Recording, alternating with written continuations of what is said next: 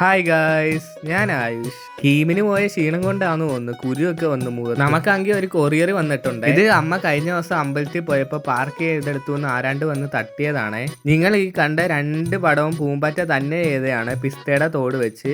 എനിക്കാണെ അവിടെ പ്രായത്തിൽ ഇതൊന്നും ചെയ്യാൻ പോലും അറിയത്തില്ലായിരുന്നു. അതൊക്കെ അവിടെ ഇരിക്കട്ടെ, ഇനി നമുക്ക് നേരെ കൊറിയർ വാങ്ങാൻ പോണ്ടേ. ആദ്യമേ ഹെൽമെറ്റ് എടുത്ത് വെച്ച്, കാരണം എനിക്ക് ഇനിയും പെറ്റി അടിക്കാൻ വയ്യ. അങ്ങനെ നമ്മൾ പതുക്കെ വണ്ടി എടുത്തോണ്ട് ഇറങ്ങി. DTDC പോയി എടുക്കണം.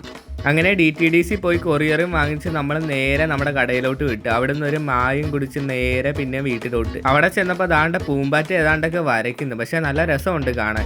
അത് കഴിഞ്ഞ് ഞാൻ നേരെ ഹോട്ട്സ്റ്റാർ എടുത്ത് സിനിമ കാണാനിരുന്നു. നല്ല സിനിമയായിരുന്നേ, കാരണം ലൂപ്പ് എന്ന തീമിനെ വെച്ച് ഞാൻ ആദ്യമായിട്ട് ഒരു മലയാളം പടം കാണുന്നത്. അത് കഴിഞ്ഞ് പൂമ്പാറ്റയായിട്ട് ഇച്ചിരി നേരം ഫുട്ബോൾ കളിച്ചു. അത് കഴിഞ്ഞ് ഞാൻ നേരെ പോയി ചായ കുടിച്ച്. അറിയാലോ, ചായ ഇല്ലാതെ ഒന്നുമില്ല.